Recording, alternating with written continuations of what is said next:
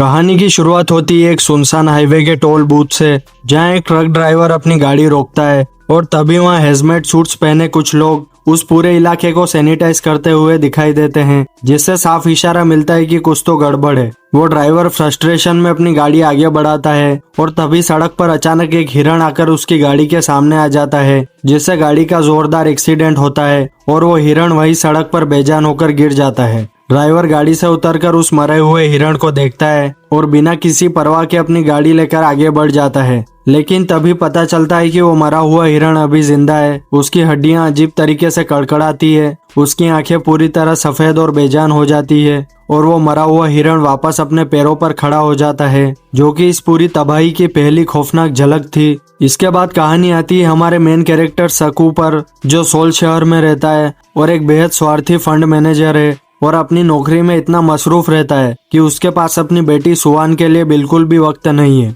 वो अपनी बेटी को खुश करने के लिए चिल्ड्रंस डे पर एक निंटेंडो कंसोल गिफ्ट करता है, लेकिन तभी सुवान उदास होकर बताती है उसे यह सेम गिफ्ट पिछले महीने उसके जन्मदिन पर उसी के पापा से ही मिला था, जिससे साफ पता चलता है कि सकू अपनी बेटी की जिंदगी से कितना दूर हो चुका है। सुवान जिद करती है कि उसे अपनी माँ से मिलने के लिए हर हाल में बुसान जाना है, जो सोल से काफी दूर है, और सकू पहले तो अपनी नौकरी का बहाना बनाकर मना करता है, लेकिन जब वो अपनी बेटी के स्कूल का एक वीडियो देखता है जिसमें वो स्टेज पर गाना गाते गाते सिर्फ इसलिए रुक जाती है क्योंकि उसके पापा वहाँ मौजूद नहीं थे, तो वह इमोशनल हो जाता है और अगली ही सुबह ट्रेन से उसे बुसान ले जाने के लिए तैयार हो जाता है। अगली सुबह सूरज निकलने से पहले ही सकू और सुवान अपनी गाड़ी से सोल स्टेशन की तरफ निकलते हैं और रास्ते में उन्हें कई सारी फायर ब्रिगेड्स की गाड़ियां और एक जलती हुई इमारत दिखाई देती है, मगर सकू उसे एक मामूली हादसा समझकर नजरअंदाज कर देता है।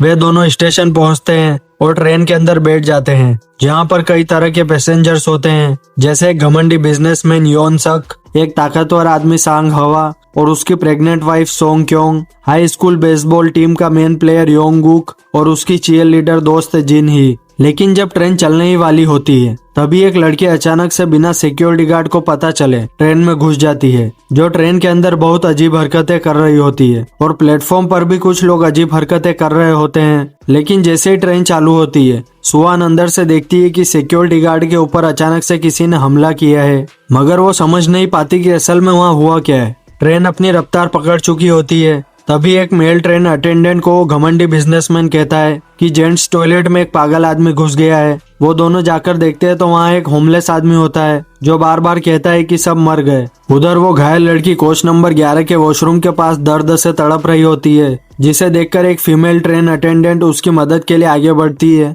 और रेडियो पर हेल्प मांगती है। लेकिन तभी अचानक उस घायल लड़की का शरीर अजीब तरीके से ऐंठने लगता है, उसकी आंखें सफेद हो जाती है और वो एक खूंखार ज़ॉम्बी में बदल जाती है और बिना एक पल गवाए उस ट्रेन अटेंडेंट की गर्दन पर काट लेती है और देखते ही देखते वो भी एक ज़ॉम्बी में बदल जाती है, जिसके बाद वो दोनों मिलकर बाकी पैसेंजर्स पर टूट पड़ती हैं। वहां पर वायरस की रफ्तार इतनी खौफनाक थी कि जिस भी इंसान को वो काटती है वो महज 10 से 15 सेकंड के अंदर एक पागल ज़ॉम्बी बन जाता है और पूरे कोच में चीख पुकार और खून खराबा मच जाता है। कोच नंबर 11 की तबाही को देखकर कोच नंबर 10 और 9 के लोग अपनी जान बचाने के लिए आगे के डिब्बों की तरफ भागने लगते हैं। इसी भगदड़ के बीच सकू सुवान को गोद में उठाता है और आगे की तरफ भागता है। रास्ते में प्रेग्नेंट सोंग क्योंग भी अपनी जान बचाकर भाग रही होती है और उसका पति सांग हवा अकेले ही उन आते हुए ज़ॉम्बीज को अपने हाथों से रोकने की कोशिश करता है। सकू स्वार्थी बनकर उस कोच का दरवाजा बंद करने की कोशिश करता है ताकि कोई ज़ॉम्बी अंदर ना आ सके, लेकिन सांग हवा आखिरी मौके पर दरवाजा खोलकर अंदर घुस जाता है।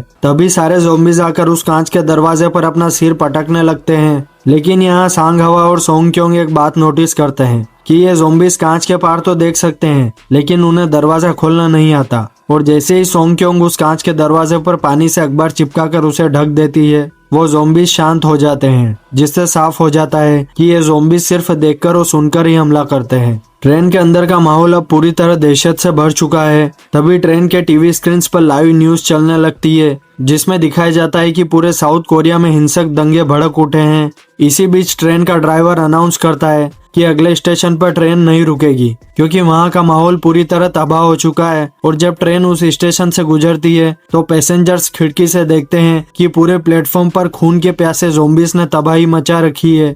सकू अपनी जान पहचान के एक आदमी को फोन लगाता है और वो आदमी कहता है कि मिलिट्री ने डाइजोन स्टेशन पर एक सेफ जोन बनाया है जहां सभी को उतारा जाएगा, लेकिन वो सभी लोगों को क्वारंटीन कैंप में डाल देंगे। सकू को वहां नहीं जाना था, तो वो आदमी कहता है कि मेन गेट को छोड़कर एक सीक्रेट गेट से जाना। ट्रेन डाइजोन स्टेशन पर आकर रुकती है और पूरी तरह सन्नाटा छाया होता है। सभी पैसेंजर से ट्रेन से उतरकर मेन एग्जिट की तरफ जाने लगते हैं, जबकि सकू चुपके से सुहान का हाथ पकड़कर उस सीक्रेट गेट की तरफ बढ़ने लगता है, जिसकी जानकारी उसे फोन पर मिली थी। रास्ते में एक होमलेस आदमी भी उसके पीछे आने लगता है, लेकिन जैसे ही सकू उस सीक्रेट हॉलवे के मोड़ पर पहुंचता है तो उसके होश उड़ जाते हैं, क्योंकि सामने खड़े सारे के सारे आर्मी सोल्जर्स पहले से इन्फेक्टेड होकर ज़ॉम्बीज बन चुके हैं। वो सिपाही जैसे इन लोगों को देखते हैं पूरी ताकत से उनकी तरफ दौड़ पड़ते हैं, और दूसरी तरफ जो पैसेंजर्स मेन एग्जिट की तरफ गए थे उन पर भी सैकड़ों ज़ॉम्बीज का झुंड ऊपर से टूट पड़ता है, जिससे पूरे स्टेशन पर भगदड़ मच जाती है। स्टेशन पर मची इस भयंकर भगदड़ के बीच सभी पैसेंजर्स वापस अपनी जान बचाकर ट्रेन की तरफ भागते हैं। सांग हवा अपनी प्रेग्नेंट बीवी को बचाता है और वो सुआन को भी अपने साथ ले लेता है, क्योंकि सकू एक ज़ॉम्बी सैनिक का सामना कर रहा था। सकू किसी तरह खुद को छुड़ा कर भागता है। इधर सुआन, वो प्रेग्नेंट औरत सोंग क्योंग, बेसबॉल प्लेयर जिन ही और वो होमलेस आदमी ट्रेन में चढ़ जाते हैं, और इधर सकू, सांग हवा और बेसबॉल प्लेयर योंग गुक ज़ॉम्बीज का सामना करते हैं और भागकर ट्रेन के कोच नंबर 9 में चढ़ जाते हैं। ट्रेन का ड्राइवर ट्रेन को आगे बढ़ाता है और डाइजोन स्टेशन से ट्रेन को आगे निकालता है। कोच नंबर 9 में फंसे सकू, सांग हवा और योंग गुक को फोन के जरिए पता चलता है कि वो लोग कोच नंबर 13 के वॉशरूम में बंद है और बाहर ज़ॉम्बीज है। ये तीनों तय करते हैं कि वो चुपचाप हाथ पर हाथ धरे नहीं बैठेंगे। सांग हवा अपने हाथों पर टेप लपेटता है, योंगुक अपना बेसबॉल बैट उठाता है और सकू भी अपनी ढाल तैयार करता है। जैसे ही वो लोग कोच नंबर 10 का दरवाजा खोलते हैं, एक के बाद एक ज़ॉम्बीज उन पर टूट पड़ते हैं। सांग हवा अपनी भारी ताकत से उन्हें पछाड़ता है, योंगुक बेट से उनके सिर फोड़ता है और सकू अपनी चालाकी से रास्ता बनाता है। तभी ट्रेन एक लंबी टनल के अंदर घुसती है। यह इन ज़ॉम्बीज की सबसे बड़ी कमजोरी का पता चलता है कि ये अंधेरे में बिल्कुल अंधे हो जाते हैं और सिर्फ आवाज का पीछा करते हैं। इस ट्रिक का इस्तेमाल करके वो बिना लड़े चुपके से कोच नंबर 11 और 12 को पार कर लेते हैं। ये तीनों आखिरकार कोच नंबर 13 के वॉशरूम तक पहुंच जाते हैं और सुआन, सोंग क्योंग और उस होमलेस आदमी को सुरक्षित बाहर निकाल लेते हैं। और अब उन्हें सिर्फ एक आखिरी दरवाजा पार करके कोच नंबर 15 में जाना है, जहां बाकी जिंदा पैसेंजर्स बैठे हैं। लेकिन कोच नंबर 15 के अंदर बैठा वो घमंडी बिजनेसमैन योन सक अपनी जान के डर से बाकी लोगों को भड़काता है और उस सुरक्षित दरवाजे को अंदर से लॉक कर देता है। सांग हवा और सकू मिलकर दरवाजे को तोड़ने की कोशिश करते हैं और पीछे से आ रहे ज़ॉम्बीज को रोकते हैं, पर ज़ॉम्बीज की तादाद इतनी ज्यादा होती है कि कांच का दरवाजा टूटने लगता है और एक ज़ॉम्बी सांग हवा के हाथ पर काट लेता है। सांग हवा को समझ आ जाता है कि उसका वक्त खत्म हो चुका है। वो अपनी रोती हुई प्रेग्नेंट बीवी सोंग क्योंग को विदा करता है और सकू को कसम देता है कि उसकी बीवी और बच्चों की हिफाजत करे।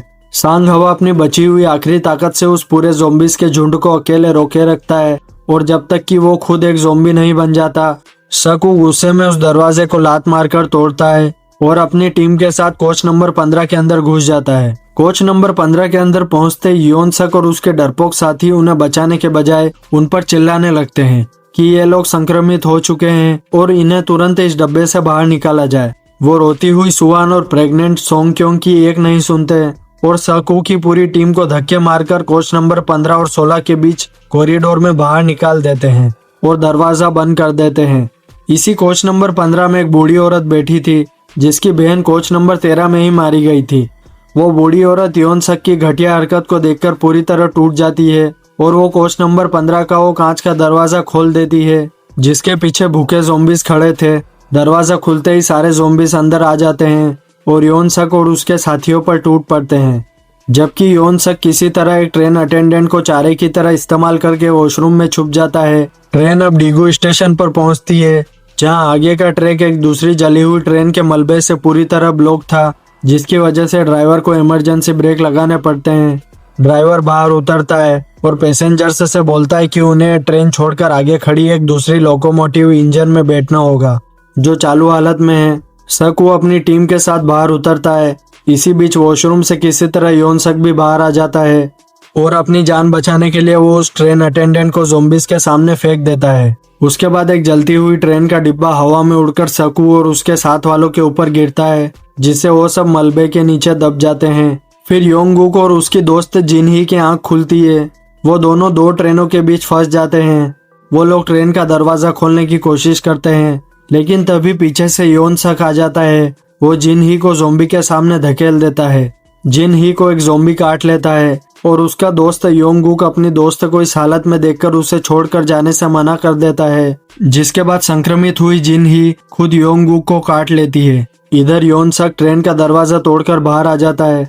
इधर मलबे के नीचे फंसे सकू, सुआन, सोंगक्योंग और वो होमलेस आदमी चारों उठते हैं। वहाँ सैकड़ों ज़ॉम्बीज उस जलते हुए मलबे के कांच को तोड़कर नीचे गिरने लगते हैं। वहाँ पर वो होमलेस आदमी अपनी जान की बाजी लगा देता है और खुद को ज़ॉम्बीज के सामने झोंक देता है, ताकि सकू, सुआन और सोंगक्योंग को मलबे से निकलने का वक्त मिल सके। ट्रेन का ड्राइवर उस नए लोकोमोटिव इंजन को चालू कर देता है और आगे बढ़ने लगता है, लेकिन तभी बाहर खड़ा योन सक ड्राइवर को भी अपनी जान बचाने के चक्कर में ज़ॉम्बीज के आगे धकेल देता है, जिससे ड्राइवर मारा जाता है। योन सक किसी तरह भागकर उस चलते हुए इंजन के केबिन में घुस जाता है। वहीं पीछे से सकू, सुआन और सोंगक्योंग को लेकर दौड़ता है और उनके पीछे सैकड़ों ज़ॉम्बीज भी होते हैं। वो लोग उस चलते हुए इंजन के पिछले हिस्से पर जैसे तैसे करके चढ़ जाते हैं। उनके पीछे वो भयानक ज़ॉम्बीज भी इंजन के पिछले वाले हिस्से पर लटक जाते हैं। सकू उन्हें अपने पैर से मार मार कर उस ट्रेन से उनका हाथ छुड़वाने लगता है, लेकिन जैसे ही सकू ड्राइवर के केबिन का दरवाजा खोलता है, उसे एक झटका लगता है, क्योंकि उसके सामने खड़ा योन सक पहले ही संक्रमित हो चुका था और उसकी आंखें सफेद हो चुकी थी। ज़ॉम्बी बना योन सक पूरी ताकत से सकू पर हमला करता है। सकू अपनी बेटी को बचाने के लिए उस खूंखार ज़ॉम्बी से अकेले भिड़ जाता है। इस भयानक लड़ाई में सकू आखिरकार योन सक को ट्रेन से नीचे फेंकने में कामयाब तो हो जाता है, लेकिन लड़ाई के दौरान योन सक ने सकू के हाथ पर काट लिया था। सकू को समझ आ जाता है कि अब उसके पास ज़ॉम्बी बनने के लिए सिर्फ कुछ सेकंड्स बचे हैं। वो अपनी रोती हुई सुआन को आखिरी बार गले लगाता है और उसे सोंगक्योंग को सौंप देता है। सकू रोते हुए ट्रेन के बिल्कुल पिछले हिस्से पर जाता है और धीरे धीरे ज़ॉम्बी बनने लगता है। वो ट्रेन से नीचे कूद जाता है। लोकोमोटिव इंजन अब बुसान के बाहरी इलाके के एक बड़े टनल के पास आकर रुक जाता है, क्योंकि आगे का ट्रैक ब्लॉक है। ट्रेन से सिर्फ दो लोग निकलते हैं, सुआन और सोंगक्योंग। वो दोनों उस बड़े टनल के अंदर पैदल चलने लगती है। टनल के दूसरी तरफ साउथ कोरिया आर्मी के सोल्जर्स अपनी गन ताने खड़े हैं, जिन्हें धुन में दो लोग आते हुए दिखते हैं। सेना का कमांडर ऑर्डर देता है कि ये लोग संक्रमित हो सकते हैं, इसलिए उन्हें सीधे गोली मार दी जाए। और सोल्जर जैसे ही ट्रिगर दबाने वाले होते हैं, तभी उस टनल में से गाने की आवाज आती है। वह सुआन थी जो रोते हुए गाना गा रही थी। इस गाने को सुनकर सोल्जर्स को समझ आ जाता है कि ये ज़ॉम्बीज नहीं बल्कि जिंदा इंसान है। सोल्जर्स तुरंत दौड़कर जाते हैं और उन दोनों को बचा लेते हैं। और यहीं पर इस कहानी का दी एंड हो जाता है।